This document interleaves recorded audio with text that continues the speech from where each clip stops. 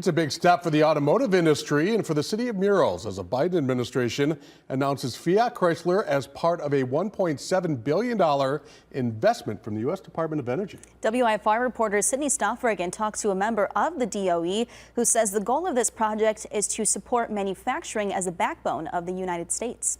This is exactly why we get out of bed every day. Says Department of Energy's Julia Sicardo about their grant project that will breathe new life into at-risk auto facilities, including the Belvidere assembly plant. $334 million will be invested into the idle plant to restore operations and support the shift to electric vehicle manufacturing. Sicardo says they are focusing on the role the U.S. will play in bringing more efficient and environmentally friendly vehicles to the market. We have a moment right now where there's that friction of needing to make these big investments to be able to start to produce these vehicles at scale, at a price point that can be accessible to, a broad set of customers. Nearly 1,450 jobs will be restored as Fiat Chrysler Automobiles makes the shift to electric. But UAW Local 1268 President Matt Franzen says the roller coaster is not over. He explains auto workers are waiting for a timeline that confirms when they will return to work. Information, any kind of work being done at the plant,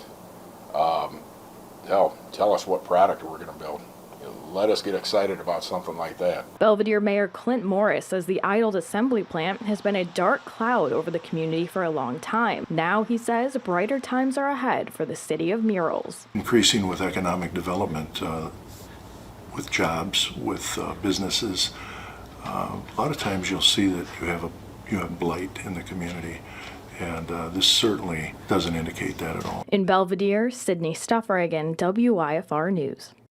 The Department of Energy says by switching to EV manufacturing, the project will significantly lower life cycle greenhouse gas emissions and generate significant positive economic change in local areas through employment.